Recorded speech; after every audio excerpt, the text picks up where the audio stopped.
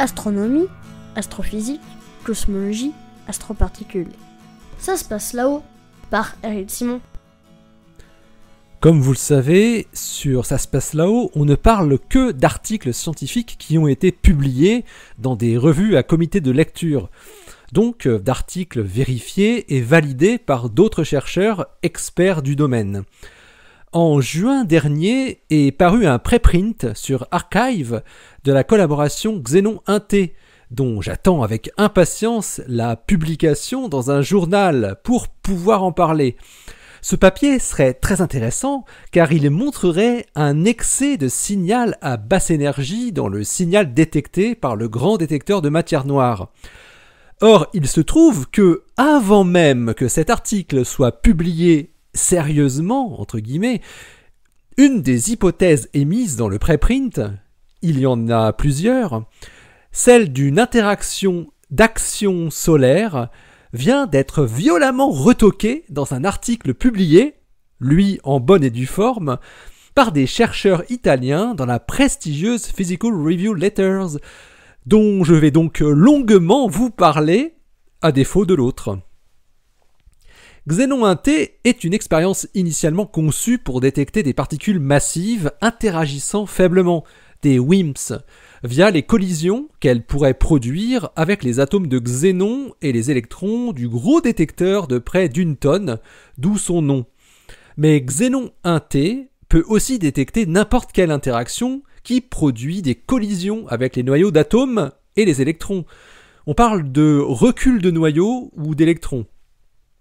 Ce sont des reculs anormaux d'électrons en dessous de 7 keV qu'auraient détecté les physiciens de Xenon 1T. Un nombre de reculs d'électrons trop grand par rapport à ce qui serait attendu compte tenu de tous les bruits de fond qui ont été caractérisés au laboratoire du Gran Sasso où l'expérience est installée.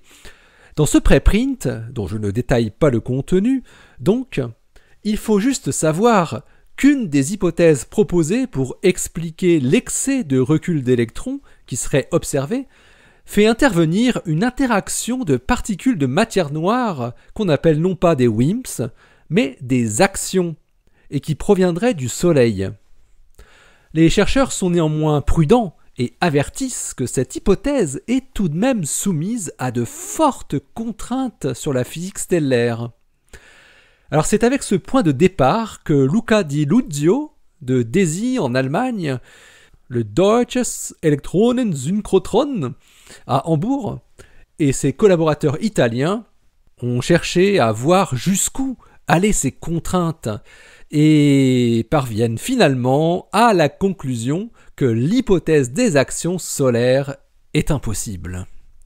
Les interactions des particules avec d'autres particules sont caractérisées par ce qu'on appelle une constante de couplage. Dans le cas des actions, ces derniers peuvent agir d'une part sur les photons, ce qui se traduit par un couplage qu'on appelle GA-gamma, et sur les électrons, qui se traduit par un couplage GAE. L'énergie et le nombre d'électrons de recul excédentaire par rapport au bruit de fond attendu par les physiciens de Xenon 1T leur permet de donner des valeurs numériques à ces deux constantes de couplage. Luca Di Luzio et ses collaborateurs ont donc simplement utilisé les valeurs GA-gamma et GAE, ainsi obtenues, et les ont injectées dans la physique stellaire, en considérant que si les actions existent, la matière nucléaire des étoiles doit en produire de grandes quantités par des mécanismes qui sont bien connus théoriquement. Il suffit ensuite de voir ce qui se passe en termes de stabilité des étoiles selon leur type pour dire si de tels couplages des actions sont possibles ou non. La théorie, qui va au-delà du modèle standard, dit qu'il existe 3 mécanismes de production d'actions dans les étoiles comme le Soleil. Des interactions impliquant des électrons, recombinaison et désexcitation atomique, effet Compton et effet de Bremsstrahlung. Ces interactions sont donc contrôlées par le couplage GAE. Ensuite, des interactions de photons qui peuvent se convertir en actions par l'effet Primakov, qui donc sont contrôlées par le couplage GA-gamma, Et enfin, une transition très particulière du noyau atomique de l'isotope Fer57 qui pourrait produire des actions monoénergétiques de 14,4 keV exactement, et qui serait quant à elle contrôlée par un couplage de l'action, cette fois-ci avec le noyau atomique, qui est appelé GF. Ce troisième mécanisme, produisant des actions dont l'énergie est supérieure à l'énergie des électrons en excès annoncée par Xenon 1T, n'a pas été pris en compte par Di Luzio et ses collaborateurs dans leur analyse. Logiquement. Ce qui est très intéressant dans les deux premiers mécanismes, c'est qu'ils devraient produire des actions de quelques keV, donc compatibles et avec un taux de production qui serait indépendant de la masse de la particule si celle-ci est inférieure à 100 électronvolts, ce qui est généralement attendu. Mais Di Luzio et son équipe font tout de même une autre approximation. Étant donné qu'au niveau de la détection, c'est l'effet axioélectrique qui est en jeu, donc le couplage GAE, et que l'énergie du pic mesuré par Xenon 1T d'environ 3 keV correspond environ au maximum du spectre en énergie des actions produites par le premier mécanisme, celui lié aux électrons, ils ont considéré que le mécanisme impliquant l'effet Primakov, le mécanisme B, impliquant des photons, pouvait être négligé en première approche. Les physiciens se sont donc focalisés sur l'impact au niveau des étoiles d'un couplage des actions avec les électrons, GAE, qui aurait une valeur cohérente avec les résultats annoncés de Xenon 1T, une valeur supérieure à 10 puissance moins 12. En émettant de grandes quantités d'actions par le mécanisme impliquant les électrons, les étoiles perdent de l'énergie. Et cette perte d'énergie doit avoir des conséquences visibles sur les étoiles, sur leur existence même pour certaines d'entre elles. Les étoiles les plus sensibles à une perte d'énergie additionnelle sont les étoiles classées dans la branche des géantes rouges et celles situées sur la branche horizontale dans le diagramme de classification de Hertzsprung-Russell. Luca Di Luzio et ses collaborateurs utilisent deux indicateurs astrophysiques qui sont sensibles à la perte d'énergie qui serait induite par une émission d'actions avec des couplages de l'ordre de ceux invoqués. Le premier indicateur est la luminosité maximale des étoiles géantes rouges dans les amas globulaires, qui est nommé MTRGB. Les étoiles géantes rouges possèdent un cœur d'hélium et brûlent leur couche d'hydrogène. Le cœur d'hélium grossit continuellement jusqu'à ce qu'il atteigne une température et une densité critiques qui valent 100 millions de Kelvin et 1 million de grammes par centimètre cube. À ce moment-là se produit un pic de luminosité, appelé le flash de l'hélium. L'hélium commence à fusionner.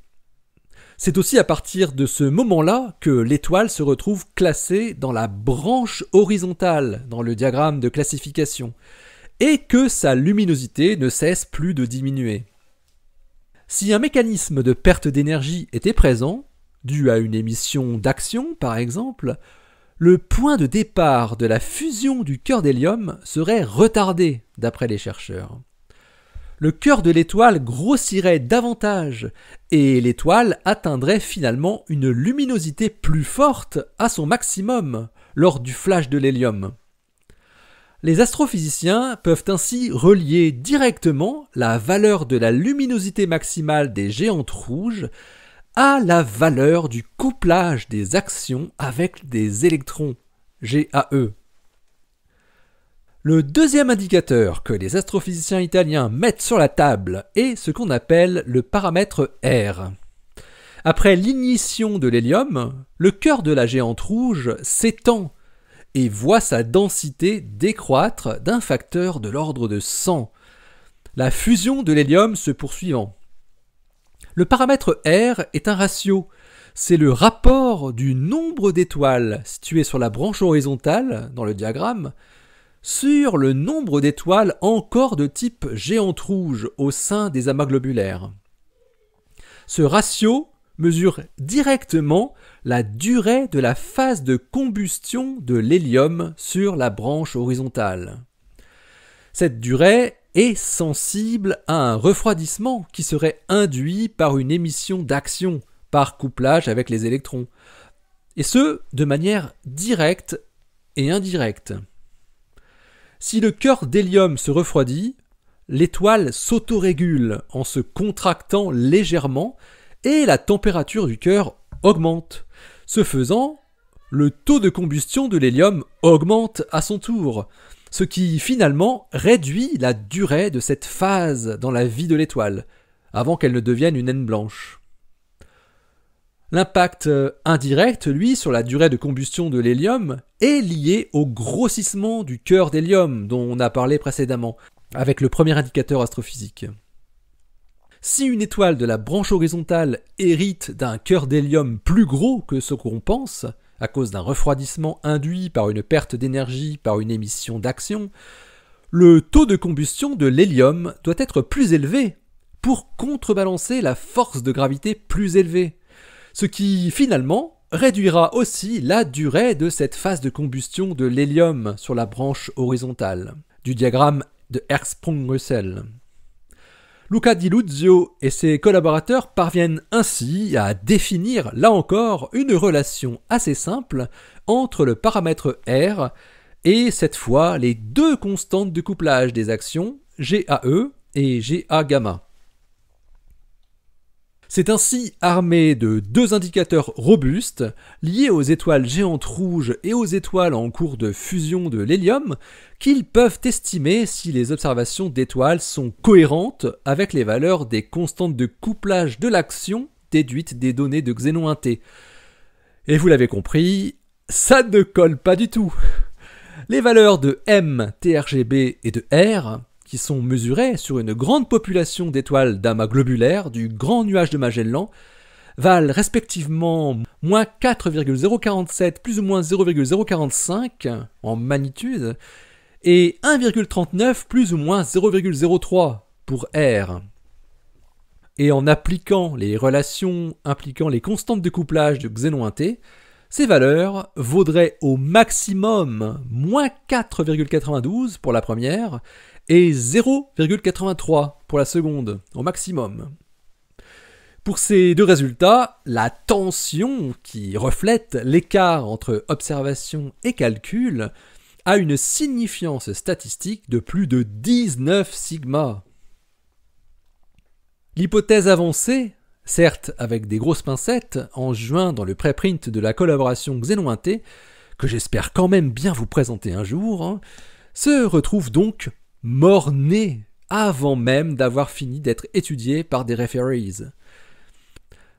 Mais l'histoire ne serait pas complète si je ne vous racontais pas que dans ce même numéro de Physical Review Letters se trouvent deux articles d'équipes différentes qui se penchent elles aussi sur les résultats du préprint de Xénon 1T.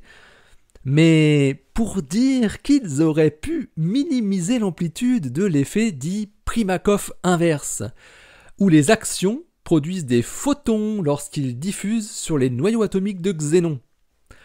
Un tel effet aurait pour impact, selon ces deux articles, de réduire mécaniquement la valeur du couplage GAE et d'augmenter GA-gamma, ce qui signifie donc une réduction des contraintes astrophysiques associées. Alors, toute la belle étude de Luca Di Luzio et ses collaborateurs tombe-t-elle à l'eau à son tour, remettant en selle l'hypothèse action? Eh bien, l'éditeur, ou le referee de l'article de Di Luzio et ses collaborateurs, a semble-t-il prévenu les auteurs de l'existence de ces deux articles en cours de publication simultanément. Et les chercheurs italiens ont eu le temps de refaire quelques-uns de leurs calculs et d'ajouter une petite note de bas de page à la fin de leur article, chose assez rare. Et vous devinez? Non? Eh bien, avec des nouvelles valeurs de couplage, les résultats sont toujours incompatibles, mais seulement, avec des guillemets, avec une signifiance statistique de 8 sigma pour le paramètre R. Oui, 8 sigma, c'est déjà énorme, et ça ne change donc pas grand-chose à ce beau résultat.